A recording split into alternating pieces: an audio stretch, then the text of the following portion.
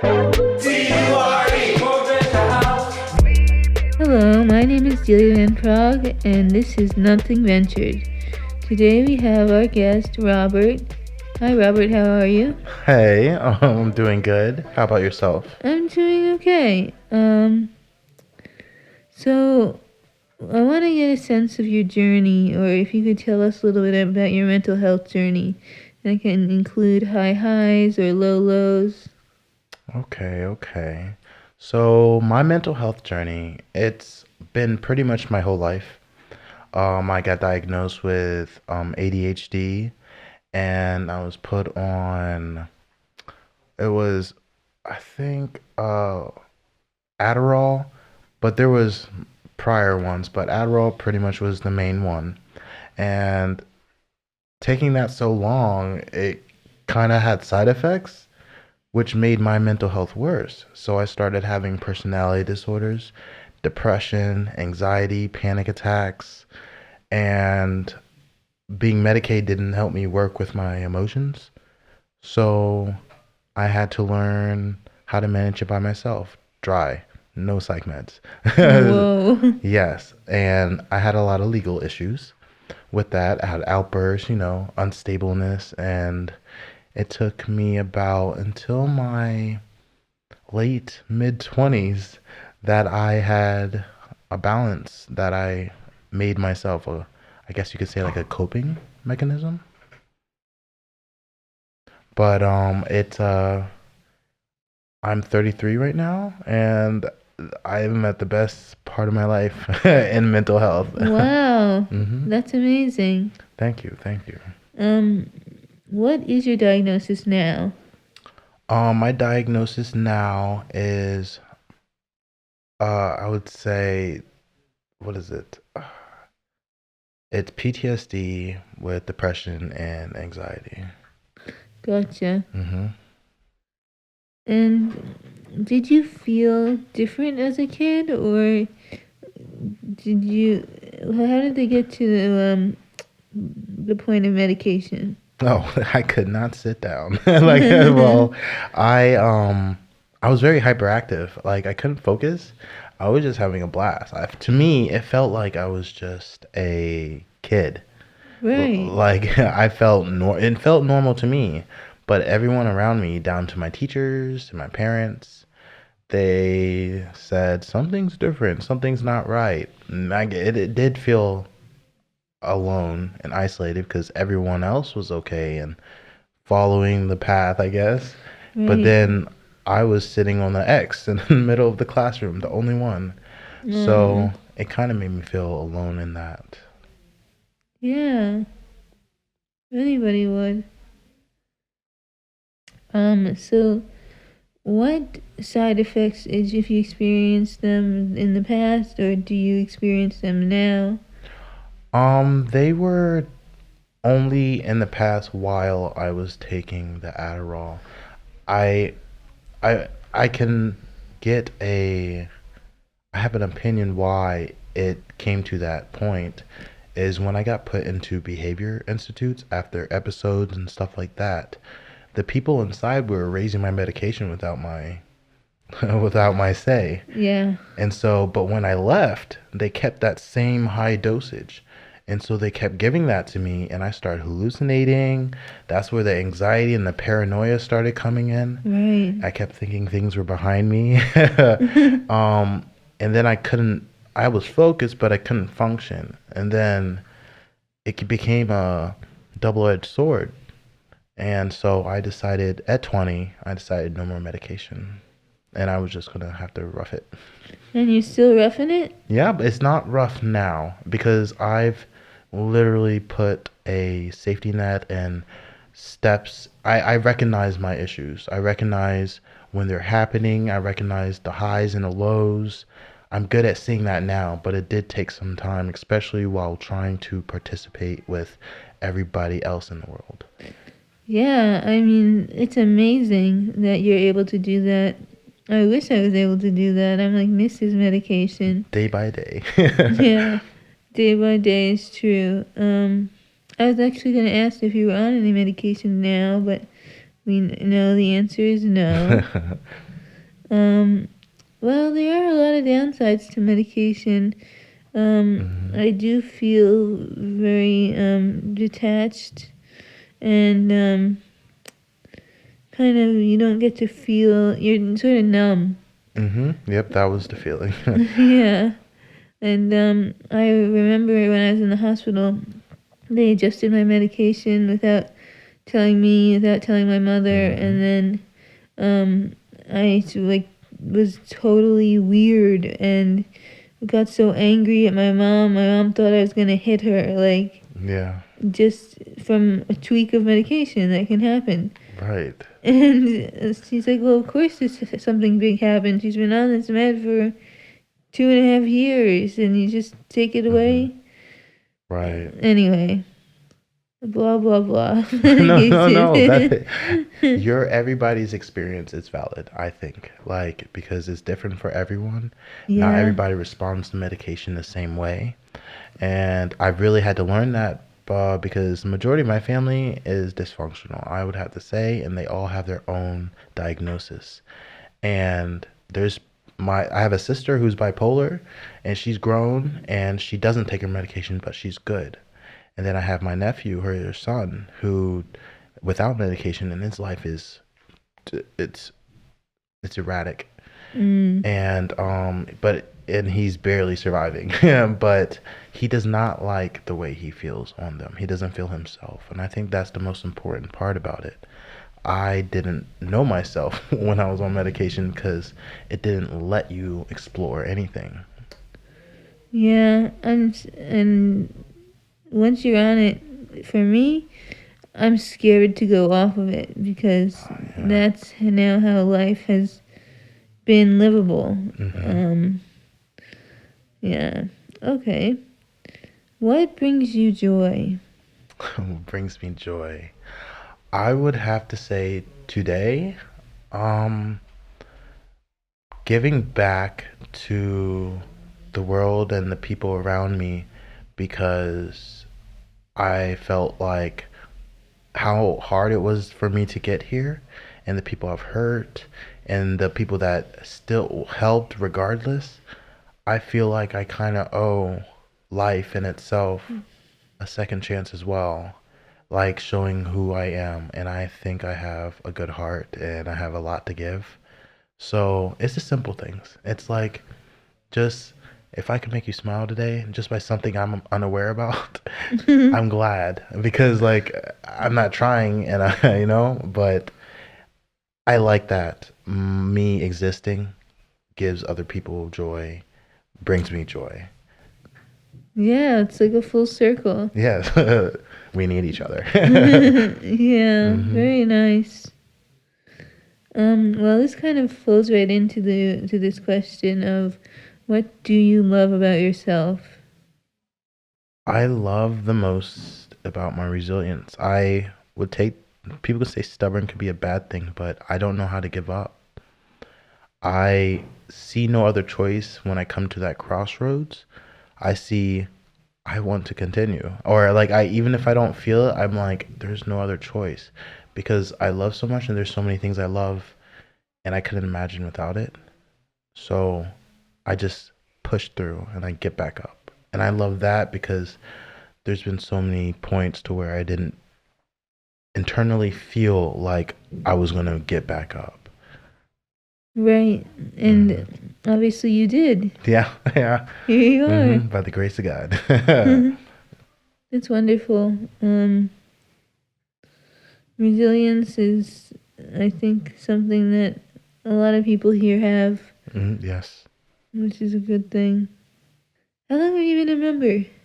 I think this is like 3 and some change, 3 years. Okay, Yeah. cool. And it doesn't feel like it. Actually, it just feels like I think I stopped counting the days. I just feel like I'm here. Right. That's it. Yeah. You know, it's a part of my life. It's not going nowhere. So I like, Yeah. you'll always see me. If you're here at Venture House, you'll see me again. Yes. Hmm. Yes, yes, yes. Okay, what is something that you love about Venture House? I love their loyalty. I've, this one's going to probably make me emotional. Um, they At first we had a rough go because we all come from places where we don't feel understood. So we assume people are not going to understand. And we any little thing we can find a reason to sit there and get angry about. But even after that, I came back. Things were forgiven, things were let go, we moved on, and there was still opportunities and space for me. And I didn't have a lot of that in my life. And so even when things happen in my life, like major things, like I had my building burned down, which means I Oh lost wow. everything Oh just my at the drop of god. a dime. And they didn't have Venture House didn't have to step in, and they didn't have to help. It had really nothing to do with them. It was my program. It was their issue. It was their thing to do with. It was my thing to deal with. But they went above and beyond Mm. and at least made that next step in my life brighter, a little bit easier. And that meant the world to me. And I don't think they know, but it meant the world to me. So their loyalty, um, that's the biggest thing because it's the biggest thing that means the most to me in my life. That's so amazing. Um, yeah, community Yeah. and Yes. being held by community. Mhm. And not yeah, it was with this community, it's not just your thing. Yeah. It's everyone's. Everyone's thing. Yeah. Mhm. It's just I'm so sorry that your house burnt down, but I'm happy to hear about um It got better. yeah, It did. yep, Just like you exactly. said, it gets better. It gets Mhm. better. That's true. That's not always true, but but most of the time. Is there anything that we didn't touch upon that you would like to talk about? I would have to say, don't. The biggest thing in my life is to learn. I learned was I know it's scary, but get uncomfortable. It is greener on this other side. What was the scariest part of your life? Um, I'll say the scariest part of my life was when all my outbursts and when I got off my medication, I was very emotional. I did not know how to deal with my emotions. They all just came flooding back with no guidelines or rules, and it led me to getting locked up. It was totally not understood by the world. It was totally not questioned. Like maybe he's not a criminal, you know. But they locked me up, and Why did they lock you up? so I went to a all all black historical black Baptist college, and I was gay bashed there. Okay. And so, but they're lowly funded. They had basketball players who did it, the team, and they didn't get in trouble because they needed their team. They didn't need me, so they brushed me under the rug and put some lies because they are the school and I'm just a singular person. So I got locked up and but for defending myself, and I was angry. I was lived the most angry I've ever been in my life and had no understanding or way to how to bring that back down. And I went into the town. I lit things on fire. I was smashing things up because I'm not a person who would hurt people, but I will break things. Like so like I was very destructive and everything, and then I just went back into my college dorm room and went to bed. And I was the only black kid with straight hair, emo hair at that time, so it was easy to find. So they locked me up, and I've never been in jail before. I've never been tossed in a room full of 20 men who all it's only supposed to hold like 10 people. I had to sleep under a toilet and I was 18. I was freshly like came from suburbia. Like Right. this was rough. I was getting pissed on. My parents didn't know. I was terrified. I was crying and crying. And so that experience led to me getting put on probation. And again, I do not have my mental stability. I'm still trying to figure things out. So after they put me on probation and eventually let me go out there, try again, Robert. um, they want you to jump through all these hoops that a normally stable person can easily jump through. But I'm a person who has mental health with no medication that I'm trying to build a future with. I like that without the medication because that's my choice at that age.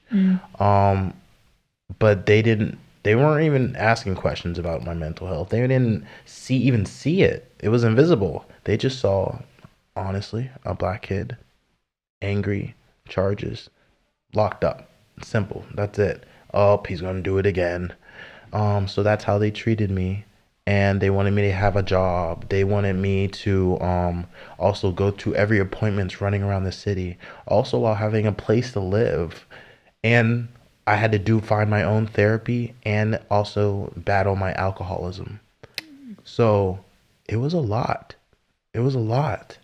And I didn't I felt like there was no no way out. And juggling these things, I tried again, get locked up again, tried again, get locked up again. And then one time, this almost broke me. I got locked up and I I was taken advantage of. In jail, there's a room, a dorm full of 24 or up to 42 cells. And you're supposed to have a CO or an officer come around and visit this do a walk around every 15 minutes because people are criminals in jail. There are criminals in jail. And so they didn't do this. They neglected their time. And I have a history of being triggered by neglect. I have a history of like not being recognized or anything. And so I was left at the end cell with an inmate that they didn't even process, that they just threw in there because not looking up his background, not looking up who I was. It was a sex sex offender, sexaholic, giant man, and I'm this 18-year-old who sorry, No, take your time. who doesn't I can't fight. I'm already trying to fight for my life, staying sane and getting through what I'm already going through. And then I got taken advantage of. I got forced to do something that I didn't want to do. And it led to a domino effect to the rest of my life. Um, I got through that experience. Once I got released from jail, I got diagnosed with HIV. And that made me even more angry because I'm a person who is safe sexually. I try so hard not to do something, and then someone comes and changes my whole life. And I had no way to process this anger. My dad was pissed. He was angry at me. Not angry at me because it happened, but angry at me because that's my life for now. That's my life for the rest of my life, and it's never going to be the same again. And it was completely not your fault. And it wasn't my fault. And that lack of having that control in your life scared the crap out of me. It made me scared of life. It made me see that. It made me feel like everything was a monster. No one cares. I got really depressed. I didn't. You would think you'd be like, oh, you have HIV, you have no immune system, you could die. It could go and get terminal and go to AIDS, which I looked up and it's very scary. It scared shit out of me. Oh, sorry. It scared me. And I went straight to alcohol. That was my coping mechanism. No one taught me any different. Like, no one gave me any other options, any other resources, but I'm from Virginia and they don't really focus on mental health. It doesn't exist basically. It's so I had to learn all these skills by myself by messing up.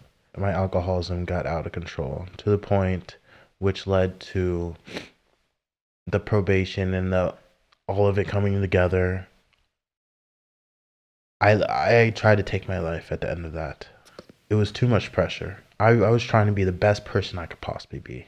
After that, the traumatic time, I was trying not to mess up because every time you mess up in probation, you got to go back to jail. And I was terrified to go back to where the jail that had they didn't care about my safety at all. Every time I went back there, it was like a trigger, like it was going to happen again. I was scared shitless. And I had my panic attacks. I had a panic attack. My panic attacks they spiral and they just keep going down. There's only end game is my life is going to be taken because I feel like that's the only way out. They found me. I called my family because I need in that moment laying on the floor, because normally what they do for panic attacks, you lay on something cold, bring yourself back to where you're at, try to focus and come back. None of that stuff works. Nothing, all of it is it's child's play. It's like throwing throwing plastic scissors and say cut this paper. Like it's Yeah. so my family didn't believe I had a gun. I had a gun in the house. I wasn't supposed to have a gun in the house. I was a felon. I told my nephew not to bring this stuff in. He ignored me anyway, of course.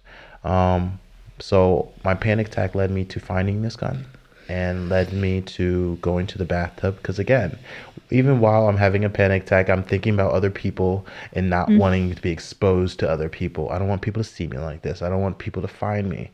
So I go to the bathtub and I'm sitting there battling myself not to pull the trigger. I call my sister. She calls me an attention whore.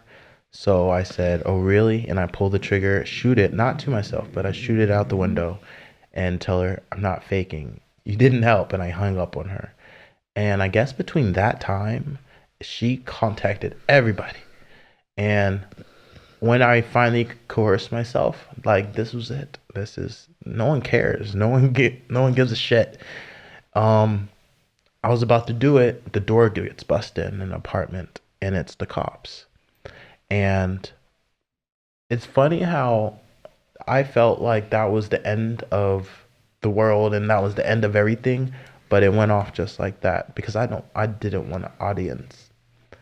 I didn't want an audience, and so it killed the moment. It brought it down, which is good, but I've never until this day I still have issues with those panic attacks. I don't have an answer for it. That's why community like Venture House, I need people to call. Like I just had one right before they make me really emotional. So like to me, it's like getting raped again. It's like it's the most emotional spiral where you see yourself going down and you're like, "Oh no, if no one catches me, it's over." It's very scary. Um just before the holidays I had to call a staff here to call the ambulance, call the cops, call somebody because no one was answering. I called my sister again because she just graduated. She got her degree in psychology and to become a worker. And I called her thinking she had something to say. And she's like, "What do you want me to do?" And it made it worse. And that triggered me because that's the same type of thing she said last time. Yeah. And so I ended up having to go to the hospital. Eventually, I tried to get someone to call the cops because the fight was real. And so I've only had like a good three of those in my life. But when I see people who disregard people for their mental health is real. It's real. It's it's so real, and I know you can't see it, but it's there. And I think people need to just, if they can't understand, just think of it from your point of view. Like, just if it was your kid, Mm. if it was your niece or someone you really care about, that you have that understanding for, put them in another person's shoes. What would you do? I need people to start thinking like this, because I feel so close to the grave that some days, like it's right around the corner. You never know. You never know. Because my life was going great. Everything was going up. And then one day, and I'm a happy guy, like, and then one day it's darkness. And so, but it's, as long as you have those people in your life or somebody in your life, it's doable for you to get through it. It's a doable for you to conquer these things. I truly believe that to this day. Wow. Thank you so much for sharing that. You're Incredibly welcome. vulnerable, and I really commend you for sharing your story in that way. Are you sober? Yeah, yeah, That's cool. yeah. That I had to. Alcohol is my demon. Like, I got a tattoo with the demon on my chest, so I don't lie to myself. Uh, I can't lie to myself with alcohol. It's again, I'm a very emotional person, and I've been neglected like a lot in my life. So I'm not used to speaking my feelings out or Mm, having ways to express them. So when I drink, it opens that door. sure. So but that's not good with society. Yes, or my life. So I cut that from my life completely. Right. Did you do AA or just? Oh no, yeah, I got into AA. I got into AA, but I really have a strong opinion with AA. AA is not for everyone. Their Mm, way is good. It helps a lot of people. But for me, it was the mental health. Once my mental health was okay, everything started falling off. My need for it or to use it, it died. So when I found this place and I got my therapy and stuff like that, it it started making sense. So, like, again, I don't think, even with, like, it's like, people just need to learn their own personal story, their own coping mechanisms, their own triggers, their own things. It's totally unique and different for everyone. absolutely. Hmm. Well, you have lived a very long life for 33 years. Yes. Yes, that's an understatement. Yes. Yes. Yes. And you do seem like a very happy guy. Right. I am generally happy. That's the thing. That's why, again, mental health is real. Like, you never know. You never know. And here's a good tip about a fact about triggers. Triggers are like little random landmines out in the world, and unless you're like paying attention every second of the day, you don't know what triggered you. And it takes time to really figure out what that trigger was. But that means you have to go through another trigger, another trigger, and another trigger. And again, each time, for me, it took a piece of me. Mm. So it's not fun. And we're not making excuses for our lives, and we're not just lazy, or however people stigmatize mental health. Yeah. It's we're just trying day by day. We're just trying to get through. For us, it's the next day. For Mm. rather, if you put these plans out for vacations and, oh, what are you gonna do next week? For me, what am I doing tomorrow? Let me get through the night. you know, Yeah. let me hope no one just like tries to trigger me. Like, there's people out there that just they're too scared to understand themselves, so they project that fear onto others. And we're all the same. We're all the same. That's the general message for me. And we're all the same. We're all just trying to get through. Basically. Yeah. Sometimes with vacations or things like that, I will be talking about it or something, and I'm just like, I can't envision this. Exactly. Yes. But in reality, it usually works out, and everything's You have a good fine. time. Yeah, exactly. Oh, look, the sun's shining. Yeah, exactly. We're Eeyores over here, cloudy day. Yeah. But the sun does shine. I do know that there is another day tomorrow. See, going through these, talking about these things, they're knowing that people are going to hear this and knowing that people are going to know the story. It's different talking to a therapist in a room that there's only you and them, and then confidentiality. No one's going to hear this. But knowing that I'm putting it out there, I have to get the honest report of how it was. I really have to put myself through it again. So it's the truth is hard. The truth is hard, but it definitely needs to be known. So I thank you for bringing me on your podcast. Of course. This is a great idea. I Thank truly you. think that. And you were such a great guest. Yeah, your story is incredibly compelling and at times very, very, very sad and scary. It takes bravery. It's totally different than as a therapist. It takes a Yes. different kind of bravery when it's this forum. Yeah. And I have plenty of stories in my life, so you can bring me back on part 2. Oh yeah, Yep. looking ahead. Yep. See, maybe we're not so different. All right, well, I think this is a good place to wrap up. My name is Delia Van Prague. This is Nothing Ventured. This is Robert, and have a mentally healthy day.